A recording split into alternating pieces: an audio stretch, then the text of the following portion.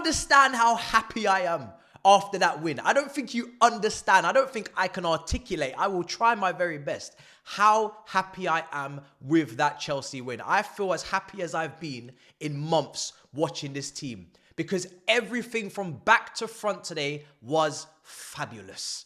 You know, that was it was very reminiscent of earlier in the season, before Christmas type performance. In terms of the way we played, the speed we played at, the variety in our chance creation, even defensively, pretty much airtight. Now, some big world-class saves from Sanchez, which we'll get to as well, which had to be made, but a very good performance all round from almost everyone, really, right?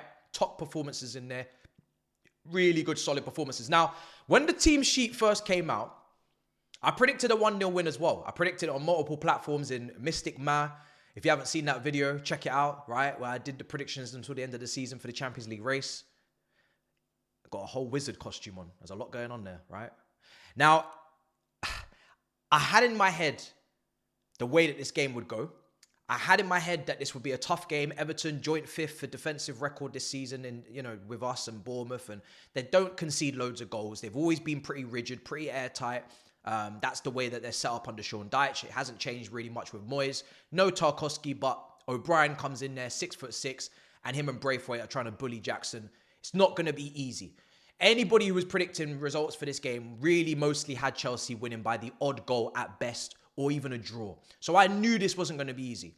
But what am I looking for today? I'm looking for good game management. I'm looking at, obviously, you've got to create some chances. You've got to get a goal, the odd goal. And then you got to defend properly, and you got to have some big moments on both ends. And we did that. And the team selection from Maresca was a breath of fresh air because it wasn't expected. No one really saw it coming. We've been complaining, and rightly so, about the right backs coming into midfield. They've not been enjoying it. They've not been looking good. So if you're going to continue to do it, then you've at least got to do it with someone who knows how to do it. And Caicedo knows how to do it. And I must say, Caicedo and Lavia, I want to start with them. Beautiful. To watch those two together in tandem was just wonderful. And it makes your mouth water when you talk about Andre Santos coming into the mix. And if Lavia is not available and he's injured again, Andre Santos in tandem with Caicedo. This is how you get Caicedo, Enzo and Lavia or / Santos all on the pitch at the same time. It can happen and it can make sense. And it looked lovely because Caicedo knows how to come into midfield. He knows how to scan. He knows how to receive the ball with his back facing the press. But then he's also at right back making big tackles, making big last-ditch interceptions, or he's counter-pressing and helping Lavia there, helping in the build-up play when Everton press us. He's making those, he's actually concentrating on the back post. Sometimes midfielders at right back, you're thinking, oh, is there going to be concentration issues when the header flick on from Chalobah? Are you there ready to help defend on the back post? He's there. He was fantastic. Winning all his duels, aerially and on the ground. This is why, for me, a team of the season player. But a lot of people will disagree. Some people will tell me in the Big Six, oh, he's tailed off. Oh, he's not playing as well as he was. Watch him. If you're not watching him, then femme de la mouche. Femme de la mouche, which I think is be quiet in French, because you're not watching him. Fantastic footballer, fantastic player, fantastic season. And Lavia coming back. And this is why Lavia does to us. This is what Lavia does to us. And I hate it. Because he's always out injured. And then when he comes in, you see how much of a baller he is. You see how press resistant he is. You see how he receives the ball and turns on a swivel. You see his great weight of pass through the lines to give it to Enzo on the half turn. He did that countless times today. And then you fall in love. And then you get emotionally attached. And then you realize, no, you don't want to sell him. But then he'll get injured and then we'll be back to square one. So I'm glad that he got his 65 minutes. He didn't get injured. He was again, good, solid, great first day back. But just stay fit because I can't keep getting emotionally attached. You know how much I like this midfield? I called it a Real Madrid rebuild. I was asking the chat because they were saying Enzo is linked with Madrid again. Name me 10 better midfield passers of the football than Enzo in the world. And they couldn't do it because there isn't that many great passers anymore. This ain't the days of Spain with Xavi and Fabregas and Iniesta. This isn't the days of Pirlo and Gerrard and Lampard and Scholes. This isn't the days of De Bruyne even in his prime, and Pogba. So yes, we are lucky to have a player that can pass like him. Obviously leaves the pitch with an assist. We'll get to the goal. But this is my Real Madrid rebuild midfield. I love this midfield. I just need the players to stay fit. I need Lavia to stay fit, not only tactically, but just because he's a good player. There's a reason why Liverpool wanted him. So buzzing with the midfield, buzzing with the counter press. The counter press was back today. You know, we at the start of the season, when you're looking at a young, energetic Chelsea team, it's meant to be exciting. It's meant to be counter-pressing. It's meant to be winning the ball high up the pitch. It's meant to be energetic. It's meant to be intense. And we've lost a little bit or a lot of that as the season's gone on. And that's why it's become bland for people or become boring. This is the level of counter-press I'm trying to see. Winning the ball high up the pitch. And one of the big changes that I don't think anybody was expecting was Madueke to play left and Neto to play right. Obviously, Neto continuing from the second half against Fulham gets his goal from the right. I've spoken about Esteval coming in on the right. So then one of these players have got to start playing on the left or they're going to have to leave because there's not going to be enough numbers. There's going to be too many numbers for the right wing and not enough for the left. Madueke on the left today. Boy, I was really, really impressed.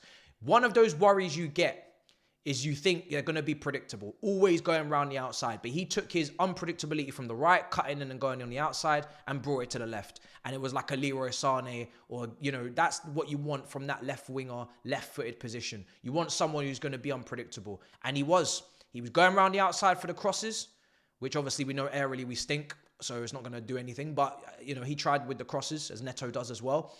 And Madueke was on a few of the headers as well today, but they weren't going to, you know, connect maybe the way we need them to. And then he's cutting in on his right foot. He's squaring up against guys, cutting in on his right foot, popping off shots. Pickford and him are having laughing exchanges. He was doing push-ups today. I don't know which gal he was trying to impress in the crowd. I don't know if there's a girl out there that he's trying to chat to or chirps. Hey, it's all fine by me as much as you're putting in the performances. Cutting in on his right foot, forcing saves. Had a near post, I think, as well, that was saved by Pickford. They was having like all this laughter and cheeky exchange. Great to see. Great performance on that left wing. I want to see him out there again now because, listen, if you're going to prioritize Madueke over Sancho, I get it. Sancho maybe will cut the loan short, 5 million. He would also do better if he had a proper gunman up front maybe to play into. Same as Neto, aerial threat, all these things. But if you don't want to pay the 25 and the wages, I'm fine. I'm happy to cut that deal short. I'd pay the 5 million, forget the wages. We go again, try and find the new starter, consistent guy that's going to churn out 20 goals, right?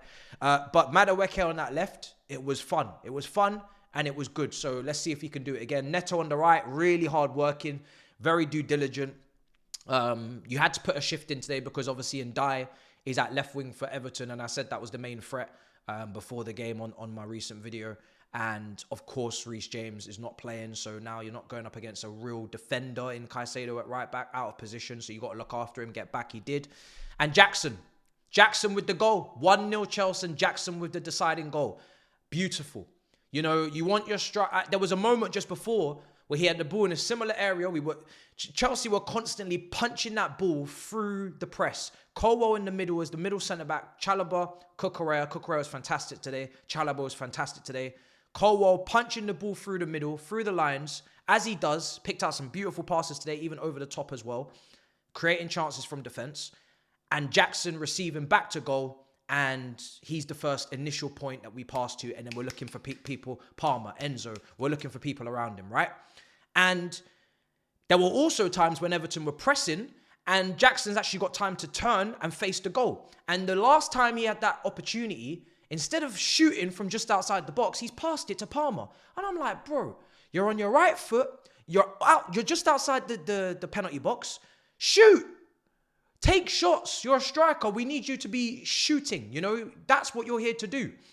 He didn't do it. I was like, yo, and this is where the conversation, everybody's like, yo, we might need a Mateta. We might need a Whistle. We might need a Mbeumo. We're not even talking about Osimhen's and Gyökeres's. We're talking about, you know, just anyone who wants to shoot. As we're talking, Jackson, yeah. Jackson receives exactly in the same position, bangs it. Bottom corner, off the post and in. Pickford can't get there. Proper goal. Beautiful strike, beautiful finish, much needed confidence booster. That's a real confidence booster. So that's what we needed from Jackson. He delivered, great goal. I would have loved for Palmer to get on the score sheet as well today. I feel like, again, sometimes it felt like we were almost playing around him or we weren't really playing through him as much, playing more through Enzo. He wasn't really like a big part of the performance, it didn't feel like. So again, we go to the next game for him. I don't know what's going on. And I just pray I pray for Palmer. That should be the hashtag. Pray for Palmer, because we need him back for this running as well. I said we need Jackson, we need Palmer. We just got a Jackson goal. He needs to kick on from that. We need Palmer now next against Liverpool at home at Stamford Bridge. Obviously, we got the game in midweek, but that should be that shouldn't really be an issue regardless. So great goal from Jackson. Then he had a couple of other moments where he's following in, and Pickford, and the counter press today really good. The amount of times we won the ball high up the pitch today, that's where the goal comes from. Goal comes from Chalobah, Enzo, Jackson. Counter press, win the ball, give it. And the counter press was brilliant today. Cucurella, counter press, beautiful. Lavia, counter press, winning the ball. If he didn't get it, Caicedo would get it. If he didn't get it, Cucurella would get it. There was a point where Jackson's tracking back to help Lavia. He got it. Just honestly, the graft, the work rate, Neto up and down on that flank. They were fighting for each other today. That's the big thing. Yes, football was great in the first half. Yes, playing out from the back was much better today. No individual errors. I'm going to talk about Sanchez next. But the work rate today, the graft, you could see it. Now, Sanchez in goal. Listen, Superman Sanchez today. Doesn't change the season. Doesn't change the summer. But today, top. And you know what? When he went down and looked like him and the Everton player were concussed because of the big coming together, Jorgensen's coming in, right? At that point, I'm thinking to myself, you know what? After what I saw from Jorgensen against Legia also, I can actually now see, now that that moment changed everything for me. Now I'm seeing why Sanchez is starting. If that's what Jorgensen is on, I'm seeing why Sanchez is starting. Sanchez makes mistakes. But the one thing I will credit Sanchez with, and you ain't going to get this often, so listen up. I give credit to Sanchez because he takes responsibility. He might make the wrong decision, but he will make a decision. There's one thing that brother's going to do. He going to make a decision. He might make the wrong decision, but he going to make a decision. That brother's going to come out and try and collect a cross. Sometimes he'll collect it in this game. Sometimes he'll try and do the Superman one hand. I hate that. I hate that shit. But he made some big saves, some world-class saves, kept us in the game at 1-0. We had to fight at the end. So he had a very good performance. So I'm very happy with him today. Tomorrow, I can't promise you nothing. So today, just take today and leave with that. And then, yeah, substitutions, everything fine.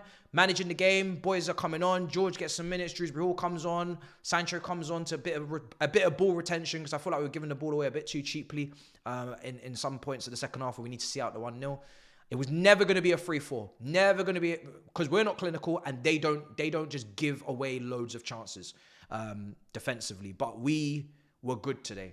I'm really happy with that. Chalobah, excellent. Colwell, there was a spell in the second half where him and Beto was getting the better of him, pinning him like Lukaku on Carragher on Sky with the Everton training kit and just spinning him, pinning him. But he got through that like 5-10 minute and then back to being good again. Brilliant headers on the crosses, him and Chalobah defending the box very well. Just brilliant. Really good today. Really good. I ain't got no complaints. It's Everton, so we do have to win this type of game, right? We did. Now Liverpool at home next Sunday. That's much more difficult. Probably a guard of honour. And then we go from there. Newcastle, Man United, Forest. Not easy. Not easy. But Mystic Man knows. Mystic Man knows. Mystic Man said it in the video. 1-0 win against Everton. Go check out that video if you haven't already. I have to plug it because YouTube are trying to screw me over. If you really want to help me right now, with all the effort me and Skull Dungarees put into that video, edit, not script, but statistics, research, and, well, not even, just making sure that the predictions really made sense. I feel like we gave very realistic predictions, very fair. I was really from the heart. And today, I got it spot on. 1-0 against Everton. I said it in the vid. Costume, Amazon, crystal ball order, everything. Go check it out. Go get me some views, man, because I don't know what YouTube are doing. Smash up the likes. Make sure you subscribe. And I'll see you guys next time. Come on, the Chelsea. We needed that.